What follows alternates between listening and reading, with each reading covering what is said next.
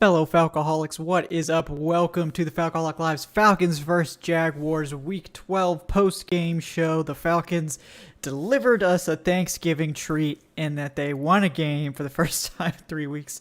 And not only did they win the game, they looked like the better team throughout, which was comforting to see against a team like the Jaguars, who I think we all agree are probably one of the 2 or 3 least talented rosters in the draft. What's up, Ray? Hi. So it's nice to see the Falcons get, I would say, a relatively comfortable win. Obviously the Jaguars did have a chance to tie it up there at the end, possibly win it if they were really bold with the 2-point conversion, but the defense did hold firm outside of actually one drive there late in the game where they gave up the touchdown to Tavon Austin. I thought the defense actually looked pretty good. Obviously keeping in mind that they are playing a talent deficient roster. They did handle them for the most part. AJ Terrell had a great game.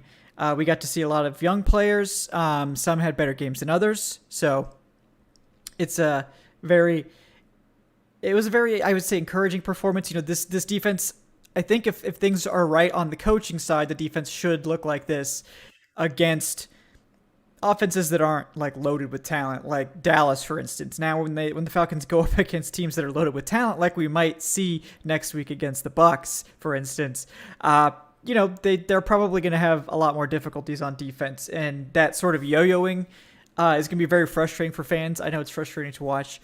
That's sort of where they are with the limited talent that they have. They can handle lesser teams, but they're going to struggle against good teams. And that's what generally gets you to around a 500 record, and that's sort of what the Falcons are on track for now. That's what they were on track for even after losses in those previous 2 games. So, the good news, defense basically holding up its end of the bargain again. They've been doing that more consistently than the offense, it seems. So that's nice. On the offensive side, it was a mix of good and bad. The Jaguars defense has been playing better lately. But in terms of season-long statistics, not a great defense. They were missing some players. Obviously, Josh Allen went out of the game. Their top pass rusher. They were down Shaquille Griffin, one of their starting corners. So, this is not exactly a stiff test for the offense, but they did their thing. They got 21 points. That's not awful. You definitely expect more from this unit. But considering how short-handed they are in terms of weaponry, that was really, really on display today, and we're going to talk about that. The lack of really premium weapons for Ryan, other than 1 or 2 guys. Other than that, they don't really have guys that can separate consistently, and it's causing big problems even when Matt Ryan does have time. So the offense, I think, was fine. They weren't great. They certainly had a lot of opportunities to put the Jaguars away with another score, and they did not at any of those opportunities do that. So it's a mixed bag there. All right. One moment. Yeah, by the way, guys, please do like and subscribe if you haven't done that already. Welcome to the show. You can check out our Patreon page as well at patreon.com/Falcoholic Live for exclusive perks, ways to support the show, some cool behind-the-scenes stuff. Our Q&A is going to be coming up, I believe, next week as well. So if you've got burning Falcons questions and you want to get me and the crew all to yourselves to ask them, sign up for the Patreon, hit that up.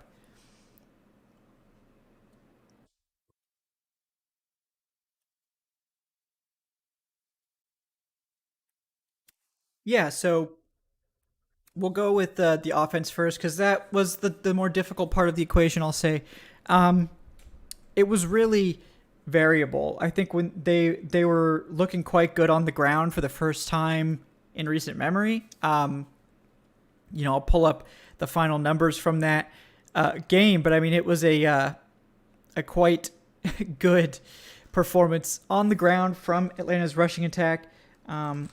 I know we had our first 100-yard rusher in years. Cordero Patterson did get over 100 yards. Let me pull up the final numbers here. Yes, we got Cordero Patterson, 16 carries, 108 yards, 6.8 yards per carry. That's pretty great. Obviously, 2 touchdowns on the ground as well for Patterson. Wayne Gallman also contributed 4 carries for 19 yards, which is 4.8 yards per carry. That's pretty good also. Mike Davis, 5 for 16 for 3.2 yards. Not as good there. Though Davis did have a really, really key first down catch where he took a dump off for like 12 yards, and that was just enough for the first down. So that was a pretty big conversion there. Still a very good receiver, Mike Davis. Russell Gage was Atlanta's leading receiver, which I think people were probably expecting to see more often when Calvin Ridley's not in the picture. But, leading receiver is not all that much because the Falcons had less than 200 passing yards. Gage had 6 catches for 62 yards and a touch, so that's nice. Patterson, only 2 receptions today, 2 for 27. Pitts also held to just 2 catches. Pitts is seeing so much coverage. It's kind of crazy. Teams are just sort of daring the Falcons to throw to anyone else. And it's really sad because we're not getting to see what we should be able to see from Kyle Pitts. And it's just too much to ask a rookie tight end to carry the load of an entire offense by himself. Now with Patterson back in the fold, obviously the offense was a lot more successful. But it's just still not enough. Patterson is sort of like the cherry on top of your offense. You don't want him to be like the guy, which is what he is here. The Falcons just need at least one more, quality receiving threat that's going to be able to take advantage of single coverage, because Russell Gage can do it sometimes, but not consistently. And none of these other guys are really going to be featured options in your passing game. So with Ridley out, it's just really showing how lacking the wide receiver depth is. It's just really showing. So obviously it's nice to see the Falcons get so much going on the ground. This is the first, I would say, like really good rushing game they've had all season. It was against a pretty good run defense in the Jaguars. The Jaguars, if you look at just their yardage given up, they're like in the 20s, but in terms of yards per carry, this Jaguars defense was actually quite good. I think they were under 4 yards a carry on the ground. So for the Falcons to be able to get so much success on the ground against a defense that's been hammered a lot on the ground and has not really given up a lot, I think that's worth noting.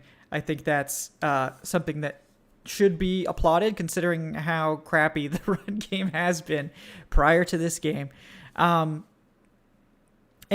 think the running backs all looked better today. And, I know we should talk about Drew Dahlman and Matt Hennessy and what's going on there. If you want me to tell you what's going on there, I can't really tell you because I don't know, but I can say that Matt Hennessy had 2 very, very bad games prior to this one. And it seems like the team wanted to see what Dahlman looked like. I think Dahlman did outplay Hennessy in this game. I don't know if that's going to be enough for them to make a switch. Dahlman was definitely, I would say, a better, more consistent run blocker today. But we'll see what they do going forward. Keep in mind, Matt Hennessy not drafted by this regime. It's hard to move on from a 3rd round pick, and I think they wanted to give Hennessy every opportunity to win the job. He's been a little shaky, especially recently. So with the team having their own sort of mid-round center that they just drafted, I'm not shocked they want to see what he can do, if he can be the starter. Because if they can't trust Hennessy or Dahlman at center in 2022, that's a big deal. They need to know that. So that can influence draft decisions. That can influence what they're going to do in free agency on the offensive line. Do you need a center? Do you not need a center? Big deal going into the offseason. So we'll see what they do there. And Stephen B asking if Hennessy could possibly get traded for a late round pick in the offseason. I don't think so, because you need a backup center. You need a good backup center, somebody that you can move into the lineup. Maybe Hennessy isn't the future at center. Maybe it's Drew Dahlman, or maybe it's the other way around. But you need 2 guys. I think you definitely want 2 starting quality interior offensive linemen, that one can be your primary backup and one can be your starter. Obviously it's more ideal if one is sort of like Pro Bowl level and the other one's just sort of like average. But, if we could just get solid starting, that's probably what we're going to be looking for from that position. So Yeah, it was the receiving game was sort of tough to watch. Ryan had a lot of time, and guys just couldn't get open consistently. I wouldn't say this was one of Ryan's like sharper days in terms of passing. There were certainly a few throws that he did not hit. Like, they were either behind or they were off. The interception, I think he didn't see it, obviously. He ended up throwing to triple. I know I tweeted out that it was double. It was actually triple because the Tyson Campbell, who actually made the pick, I believe, on that play, actually like bailed on his other coverage to go jump that route. And Pitts already had two guys, like somebody playing like on top, like overhang cover on top of him, and then a corner that he had beaten was chasing after him. So it was, I think Ryan saw that he had beaten his man. It looked like a good throw. Campbell bailed on his route and made a great play. So good on Campbell. But I think it's hard. Ryan just didn't see Campbell bail. That's pretty hard to see. Campbell had to bail on his assignment to do it, so it's a little bit probably freelancy, but he obviously made the right call. So good for Tyson Campbell to get that ball. That was just a really good play by him. I don't know that it was like necessarily an atrocious decision based on what I could see at the time, but I'm not going to beat up Ryan too much for that one because I think the defensive back deserves a lot of credit for that play.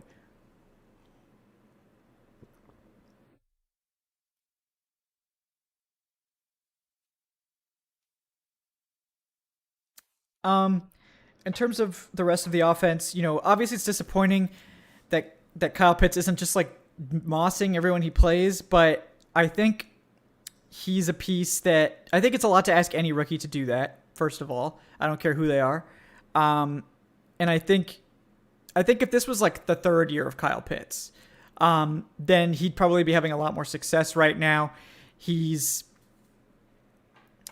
he's he doesn't have the ins and outs of the league. He doesn't have that veteran savvy that guys start to get in their second and third years, where you learn how to beat guys at the NFL level. You get that chemistry with your quarterback, all these things. And so just I don't think it's really anything to worry about with Pitts. Obviously, it would be nice if he could,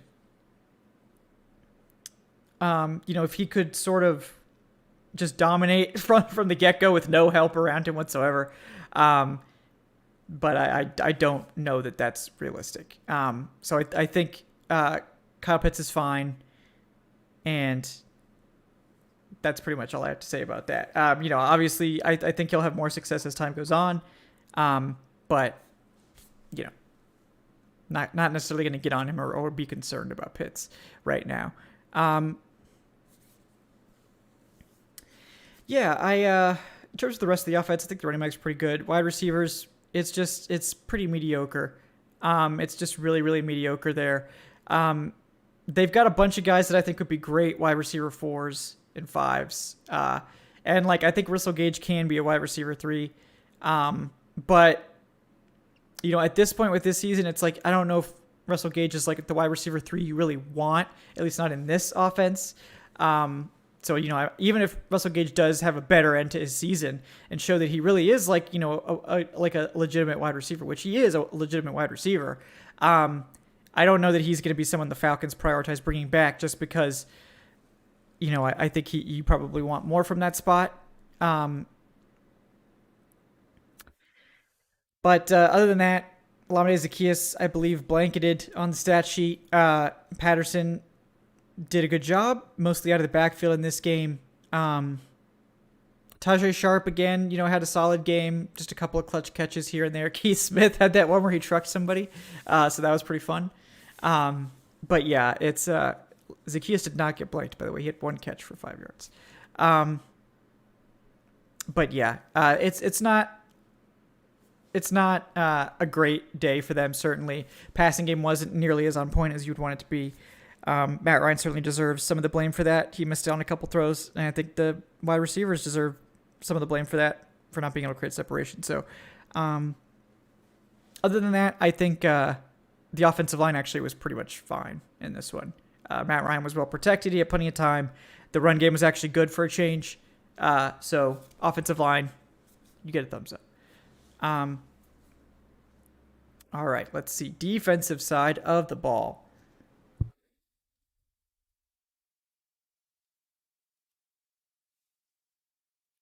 Um, I thought it was a pretty good day from the defense. They only actually got one sack of Trevor Lawrence, but they were putting a lot of pressure on him, like constant pressure. Um, so it's it's kind of a wash. Obviously, you'd like to see them get home on sacks, but Lawrence was clearly uncomfortable, and that affected a lot of the throws in this game. And it did help the defense in a big way. There were a lot of incompletions. There were a lot of forced throws, and Lawrence, to his credit, delivered on some of them. He stood in the pocket under pressure. Um, and, yeah, I mean, Dre in the chat, mentions that they gave up the touchdown right after AJ Terrell went out. And you're right. Chris Williamson got roasted by Tavon Austin.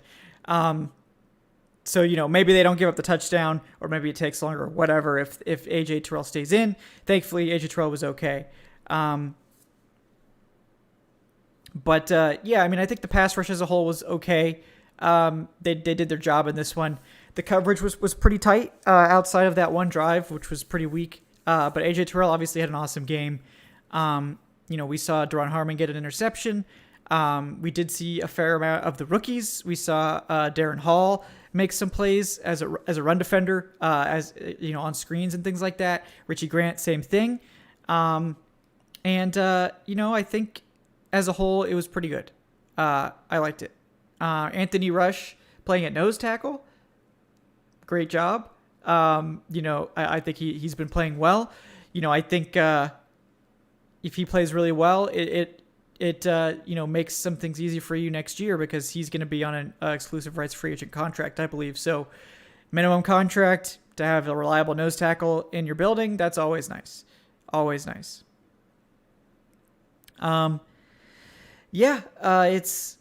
It was good. I think Grady Jarrett had a great game. He was constantly getting pressure. Dante Fowler Jr. had the strip sack. Obviously nice. Darren Hall did have a good game as well. I mean, I think if you were looking to see the young players, I think Michael Walker maybe had a shakier outing overall. But, I mean, I think for the most part, he was fine for his first game that he was starting this year. I think they deserve props. I think, especially in crunch time, they made the plays they needed to make. They didn't allow points at the end of the first half, and they could, get a stop on fourth down at the end of the game to win. So, I think the defense did exactly what we need them to do. This is not a great defense. They're going to get blasted by teams that are just more talented than them. But most defenses will. It maybe not to the extent that the Falcons defense has been blasted against the Cowboys, but it's going to happen against those better offenses. But they did a good job. So good job for them. Good job for the pass rush. I think the coverage was fine. The run defense was pretty solid as well. James Robinson did get over 5 yards a carry, and Trevor Lawrence was a problem. He rushed for scrambled, I think, 5 times for like 40 yards. So that obviously is not ideal either. The Jaguars have a very good run game. It's good. It's a quality unit. They didn't get blasted by the run game, and the Jaguars sort of had to move away from it late. So, I think they did their job. It wasn't an amazing outing, but they didn't shut down the Jaguars' rushing attack. But they did sort of keep them from taking over the game and letting the Jaguars string together a lot of drives. All right, we got George Costanza with the $3. What's up, George? Welcome.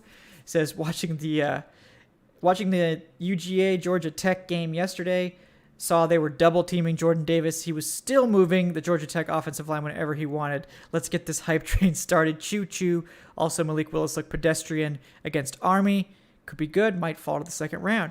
Yeah, George. I mean, really, that's what the thing about the quarterback is for the Falcons. I don't think they're really going to be in on anyone in the first round. Maybe after some sort of trade up or a trade down, excuse me, they might be in. But I think they're probably going to say, look, if somebody we like if they like Malik Willis or Matt Corral or whoever that is that they might like, if that guy's there for us in if that guy's there for us in the second round, they might be like, okay, fine. We're not gonna say no to Malik Willis at like pick 40. Because that's a guy we think can turn into something. Let's let him develop for a few years and then roll it out. Fine. But other than that, I don't think they're really going to be that interested in quarterback. So yeah, I mean, again with Jordan Davis, like the higher the draft pick the Falcons have, I think the less likely it is for them to go after Jordan Davis. Not because there's any problem with Jordan Davis, just because they're probably going to be looking for like an edge rusher. If they get into like the top 8, they're probably going to be taking the top corner over a defensive tackle. But I think if they're picking like 10th, 11th, 12th, Jordan Davis much more likely in that range. So we'll see. We'll have to see how it shakes out with that. But I think that that he's obviously in range, and that's a very the potential for that pick is good. And if you guys trust George, he called the Kyle Pitts pick back in about this time last year. So if you trust George, then they're definitely taking Jordan Davis. You should put all, if you're a betting person, you might want to look into that, what the line on Jordan Davis to the Falcons is. I'm sure it's astronomically high at this point. So if that's even something you can bet on, I don't know. It might be. That seems very specific. All right.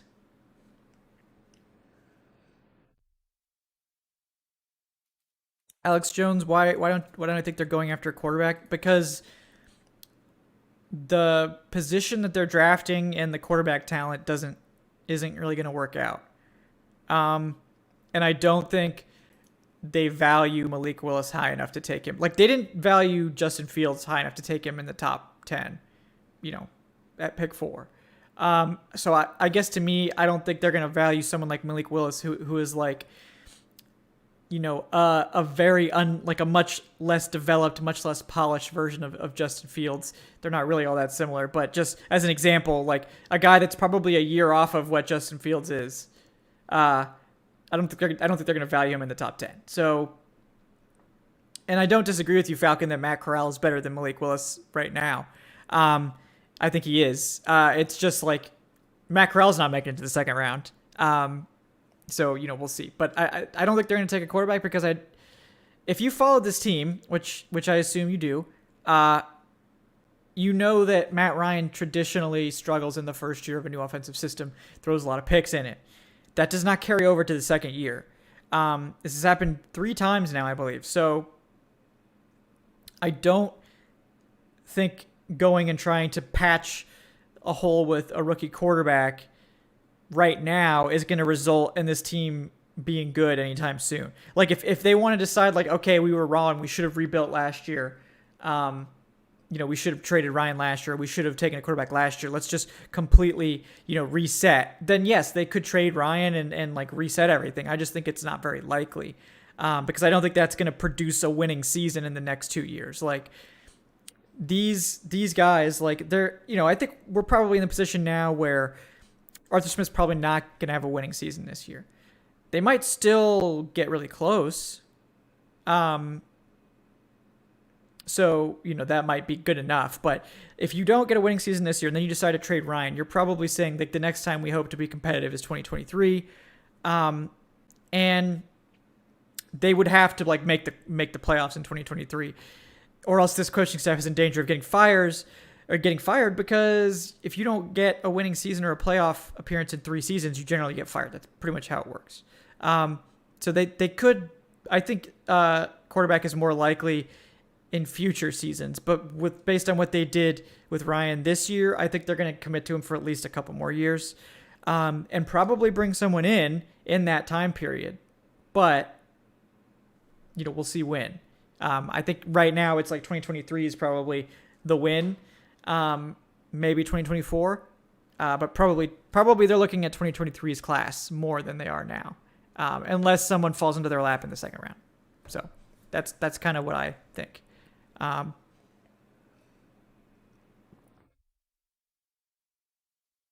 Yeah, and Arties makes a good point. Justin Fields has been getting killed behind the Bears offensive line, who's really bad. So Justin Fields hasn't just come in and miraculously saved that Bears team. That's not, how it works usually. You need more around the quarterback. And, I think this season might have been easier to stomach for fans if they had sort of internalized that this was going to be a rebuilding year and they had a rookie quarterback and all this stuff. But these guys want to win. They've decided that they're going to try to win with Ryan. So I don't think we should expect a drastic change from that strategy. I just don't think they're going to, unless this season went like totally south and Ryan was awful and all this stuff, which he's not. He's not even been close to that. I think he's had stretches this year where he's looked like a top 10 quarterback when he had his pieces on the field. But like, I think Arthur Smith made it work with Ryan Tannehill, turned Tannehill into a great quarterback. I think he believes that he could do the same thing with Ryan. I think we've seen flashes of it, and I don't think they're going to change from that sort of trajectory because of a losing season, which they were probably expecting anyway, if we're being completely honest. So it's going to probably be a minute before another quarterback comes in. And clearly Arthur Smith loves Felipe Franks, so maybe Felipe Franks is the quarterback of the future. I don't know. But hopefully not. But yeah, it's I'm not sure that any quarterback is going to have performed as anywhere like would it matter? Like would it have mattered the last 2 weeks? The Falcons had Justin Fields back there? I don't think so.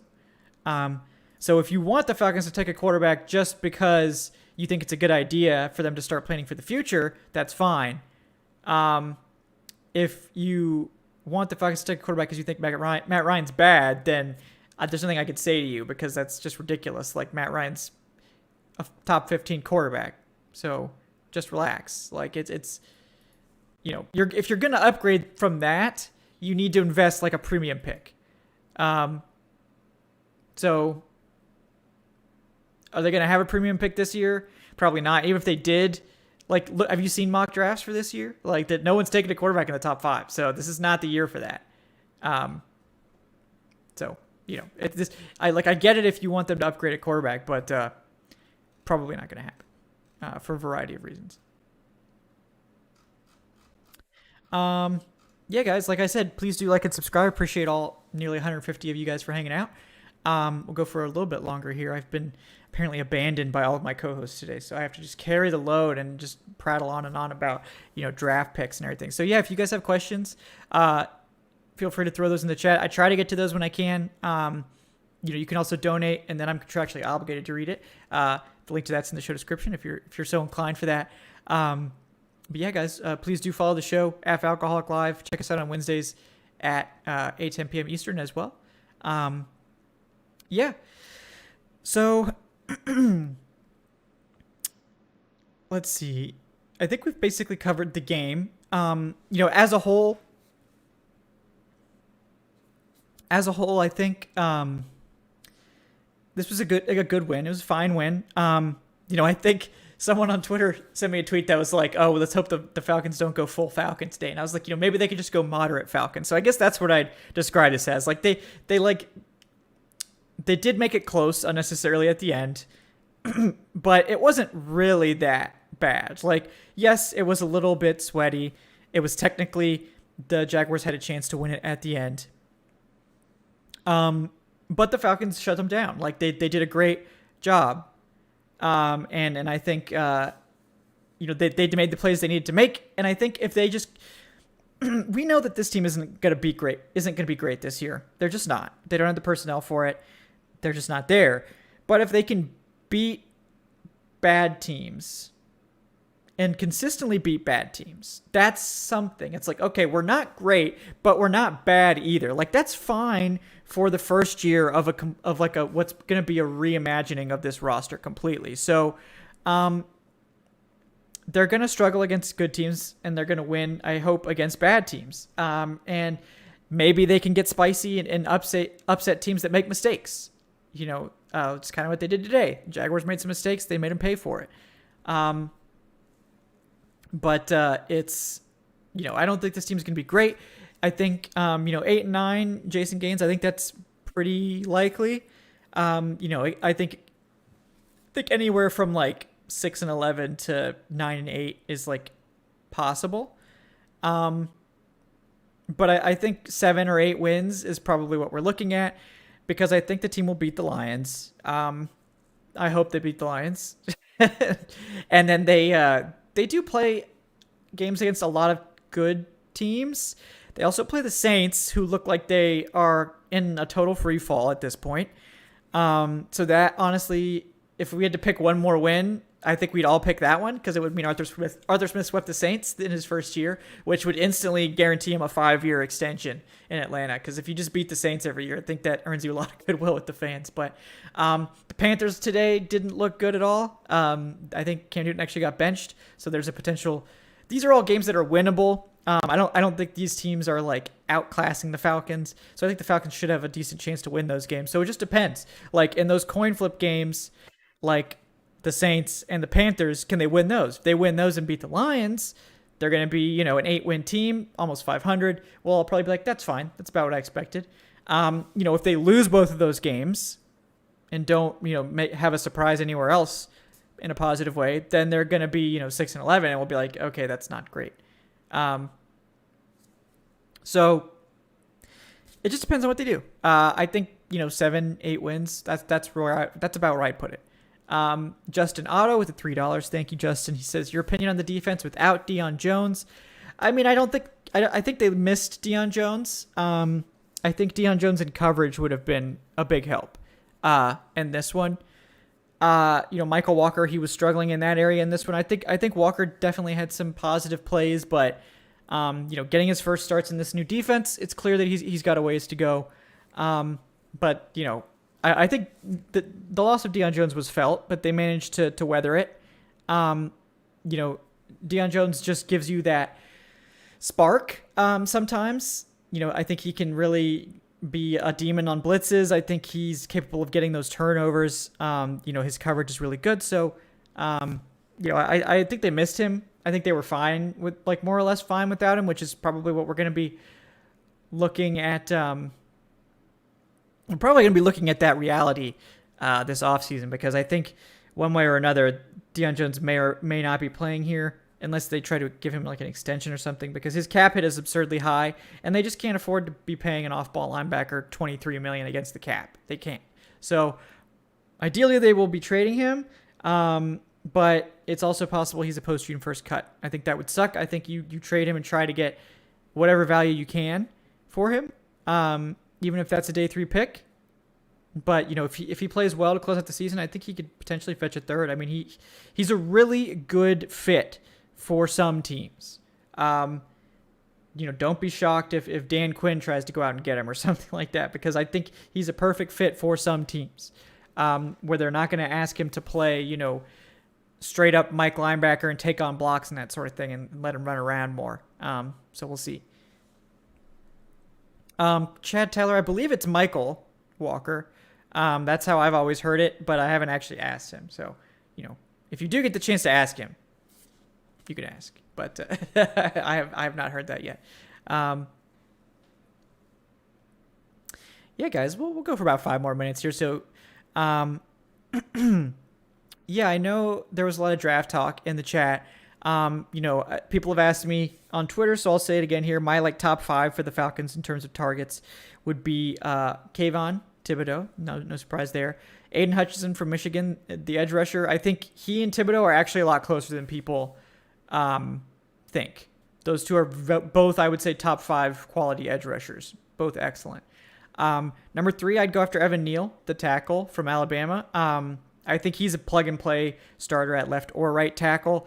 I think the Falcons will be getting a new right tackle this year. Not necessarily to start, but I think this is the year, if you don't believe in Caleb McGarry long term, this is the year you add a tackle. And maybe it's the 3rd round. Someone like Daniel Falele, I love it. Big project, who's just this massive, great athlete, and you let him sit for a year, and then you put him in for McGarry. But I think they also would consider someone like Evan Neal at the top. Potentially elite offensive lineman. You've seen what the addition of someone like Tristan Wirfs could do for an offensive line, like in Tampa Bay. Adding these real impact guys. Rashawn Slater for the Chargers, same thing. So I think that's number 3 for me. 4 would be Kyle Hamilton the safety.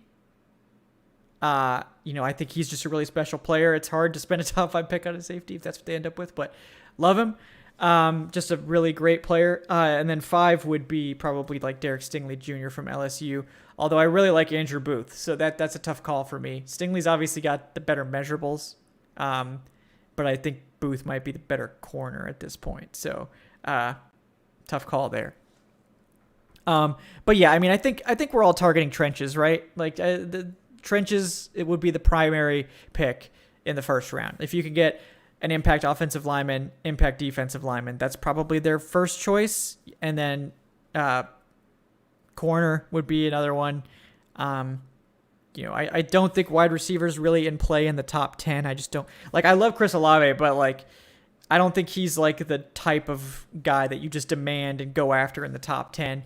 But I think a trade down is a big possibility for this team too, because I think we all know they have a lot of needs. Yeah, Brandon Brass, George Karlaftis is probably would be 6 for me. So, I think Karlaftis is probably the most likely edge to end up in Atlanta if they're picking like in the back half of the top 5, because I think like Thibodeau and Hutchinson are going to go in the top 5, no question. So yeah, I think George Karlaftis, if you think they're going to finish in the back half of the top 10, that's probably the guy they're targeting in terms of edge guys. But I do think a corner is absolutely on the board. Andrew Booth.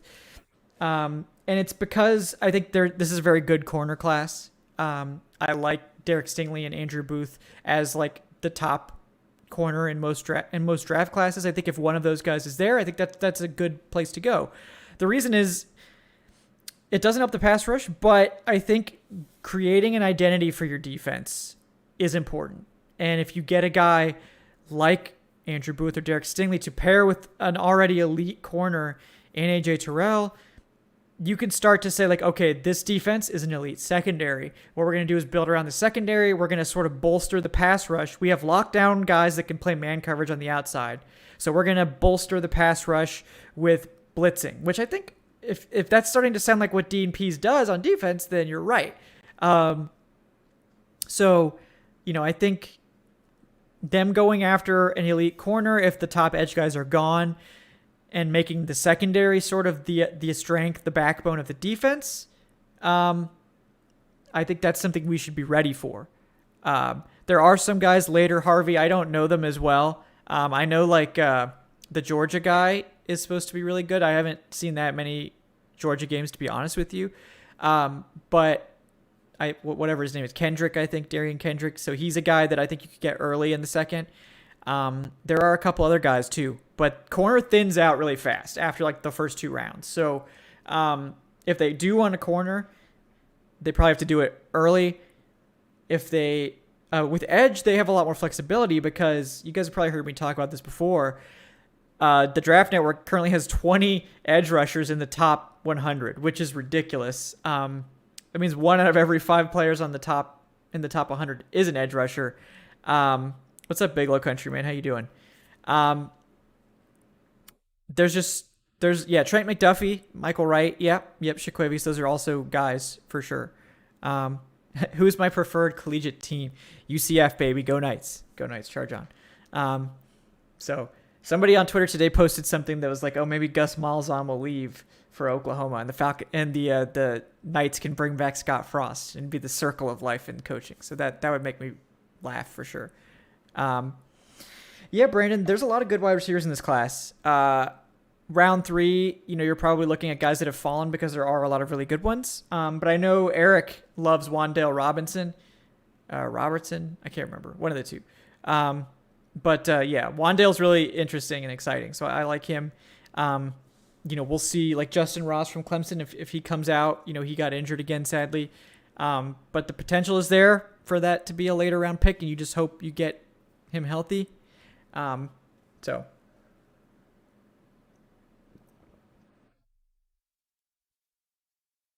Yeah, awkward stretch. We need to get a defensive lineman within the first 2 rounds. They will. I would be completely shocked if they. Yeah, Zay Flowers is another one. Shaquavius, that's good.